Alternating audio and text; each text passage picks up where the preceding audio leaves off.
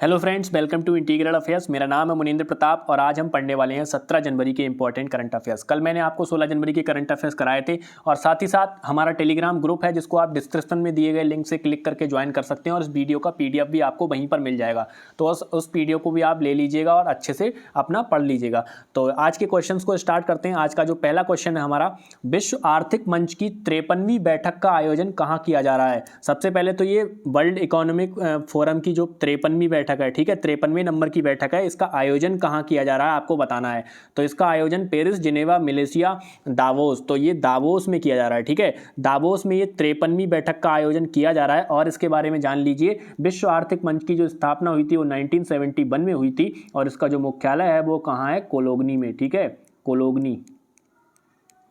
कोलोगनी कहाँ है अब आप पूछोगे, तो कोलोगनी है स्विट्जरलैंड में। ठीक है, कोलोगनी स्विट्जरलैंड में है और यहाँ पर ये मुख्यालय विश्व आर्थिक मंच का। और इसकी थीम क्या है, थीम है इसकी कोऑपरेशन इन अ फ्रेगमेंटेड वर्ल्ड। ठीक है, और इसमें चर्चा किस विषयों पर हो सकती है इस बैठक में, यूक्रेन संकट पर हो सकती है सबसे पहले तो, क्योंकि यूक्रेन में काफ़ी संकट चल रहा है और वैश्विक मुद्रास्फीति जो विश्व के पूरे विश्व की मुद्रा यहाँ पर गिर रही है उसके बारे में चर्चा हो सकती है, और जलवायु परिवर्तन जो कि काफ़ी इंपॉर्टेंट टॉपिक रहता है, तो जलवायु परिवर्तन पर भी चर्चा हो सकती है। तो इन 3 मुद्दों पर चर्चा हो सकती है इस विश्व आर्थिक मंच की 53वीं बैठक में। ठीक है, दावोस में हो रही है, याद रखना है आपको। उसके बाद अगला क्वेश्चन है हमारा, किस रिपोर्ट के अनुसार भारत के सबसे अमीर 1% व्यक्तियों के पास कुल संपत्ति का 40% से अधिक हिस्सा है।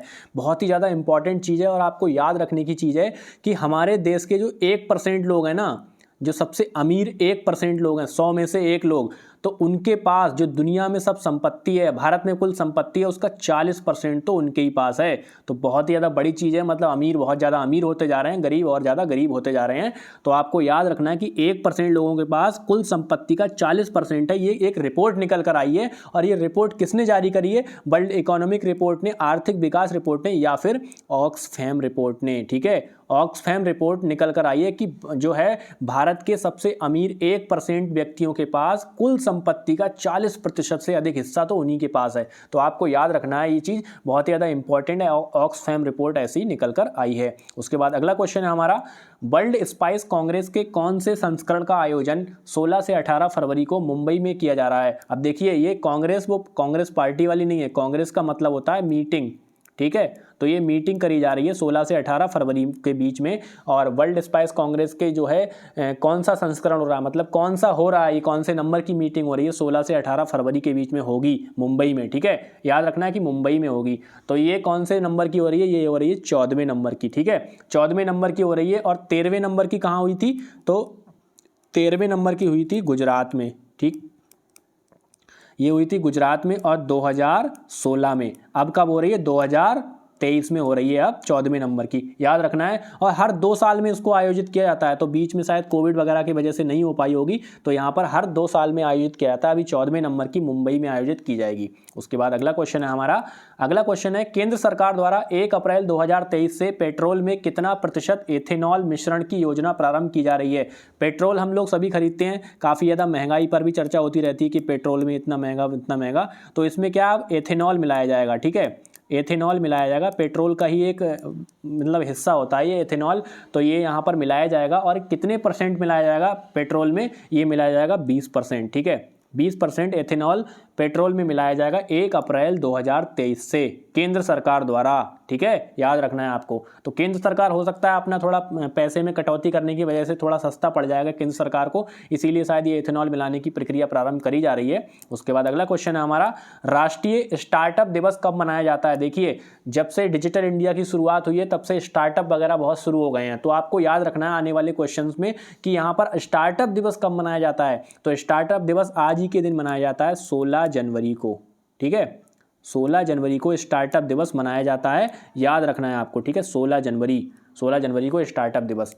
उसके बाद अगला क्वेश्चन है हमारा, 16 जनवरी, देखिए इसी स्टार्टअप से रिलेटेड एक और क्वेश्चन आ गया कि 16 जनवरी को मनाया जाने वाला स्टार्टअप दिवस, राष्ट्रीय स्टार्टअप दिवस पहली बार कब मनाया गया। अब देखिए, 16 जनवरी को हर साल मनाया जाता है, लेकिन ये शुरुआत कब से हुई थी, तो अभी जल्दी में शुरुआत हुई है, इसलिए आपको याद रखना है ये 2022 मतलब पिछले साल 16 जनवरी को इसकी शुरुआत हुई थी। याद रखना है आपको कि 16 जनवरी को पिछले साल शुरुआत हुई थी और इस साल ये दूसरा राष्ट्रीय स्टार्टअप दिवस मनाया जा रहा है 2023 में आज के दिन राष्ट्रीय स्टार्टअप दिवस मनाया जाता है। उसके बाद अगला क्वेश्चन है हमारा, ये देखिए, आई एम सॉरी, आज के दिन नहीं, ये कल के दिन मनाया था, आज तो 17 जनवरी है, तो यहाँ पर 16 जनवरी को मनाया जाता है। उसके बाद ये देखिए, राइट टू साइट विजन के उद्देश्य से अंधता नियंत्रण पॉलिसी लागू करने वाला देश का पहला राज्य कौन सा है। राइट टू साइट विजन मतलब सभी को जो है देखने का अधिकार है, उसके उद्देश्य से अंधता नियंत्रण पॉलिसी मतलब जो अंधे लोग होते हैं जो नहीं देख पाते हैं उसमें नियंत्रण करने के लिए, उनकी आंखों को सही करने के लिए एक लागू करने वाला देश का पहला राज्य कौन सा बन गया है। ठीक है,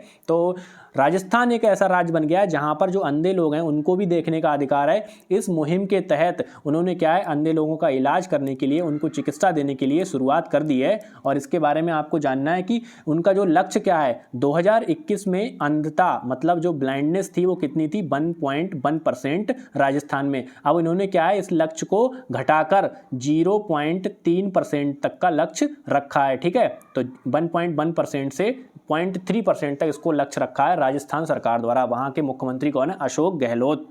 उसके बाद अगला क्वेश्चन है हमारा, हाल ही में भारत ने किस देश के विरुद्ध एक दिवसीय क्रिकेट के इतिहास में अब तक की सबसे बड़ी जीत दर्ज की है।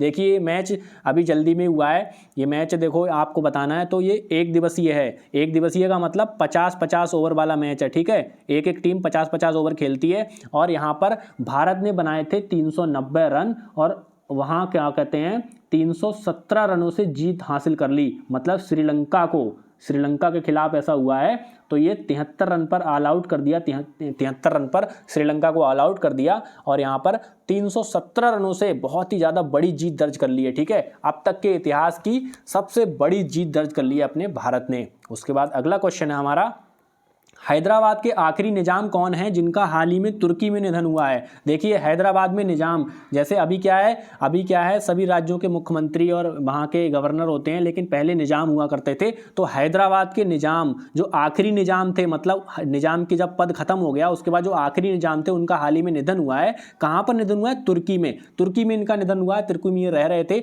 तो वहाँ पर इनका नाम क्या है, नवाब मीर बरकत अली खान। ठीक है, नवाब मीर बरकत अली खान का अभी हाल ही में निधन हो गया है, जो हैदराबाद के आखिरी निजाम थे। आपको ऐसे क्वेश्चंस को अच्छे से याद रखना है कि पहला, आखिरी, ऊंचा, बड़ा, छोटा, इन क्वेश्चंस को आपको अच्छे से याद रखना होता है। और कोई जो जानी मानी शख्सियत का जब निधन होता है तो उस चीज को जरूर याद रखना होता है, क्योंकि ऐसे क्वेश्चंस आपको एग्जाम में मिलते हैं। उसके बाद आखिरी क्वेश्चन है हमारा कि बुमनिया on government e market place के सफल आयोजन का जश्न कहाँ मनाया गया है। बुमनिया मतलब वुमेन। ठीक है, तो वुमेन से लिया गया है बुमनिया। और ये किसके रिलेटेड है, ये जो है महिला उद्यमी होते हैं, जो ना महिला जो अपने रोजगार करते हैं, अपने स्टार्टअप करते हैं, महिलाएं होती हैं, उनसे रिलेटेड है। Women on government e market place, GEM, government on E market place. ठीक है, government on E market place इसकी फुल फॉर्म है। और जो वर्तमान में GEM जो पोर्टल है, ये जो पोर्टल है GEM पोर्टल है, इस पर 1,44,000 से अधिक